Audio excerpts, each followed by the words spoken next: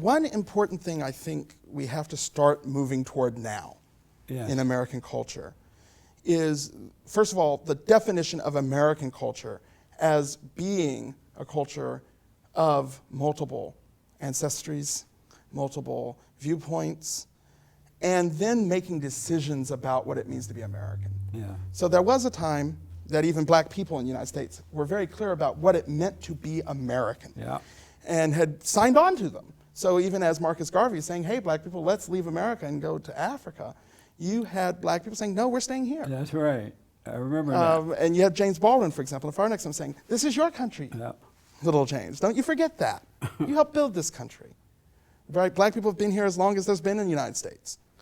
And so black people in America are American. And other people from other backgrounds, of course, equally are American. We have a marvelous democratic process that lets us decide through majority vote the will of America.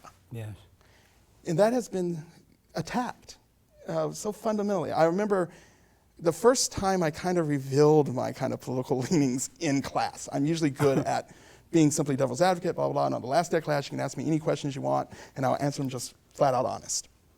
But after Bush was reelected in 2004, I showed the map, that Electoral College map. If you remember that map, you had kind of the blue coasts, and then that sea of red.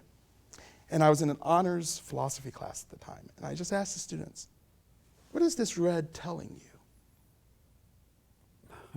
And we proceeded to talk about how the Democratic Party mocks those people.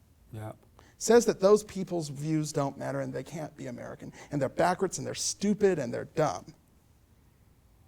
And so they went to the polls and voted. They went to the polls and said, how dare you think that of me? And a student came to me after class and said, Dr. Stone, you're the first professor I've had today that didn't say America made a mistake. America, and I know this is kind of the scandalous sentence, America never makes a mistake when it comes to voting. We are a democracy.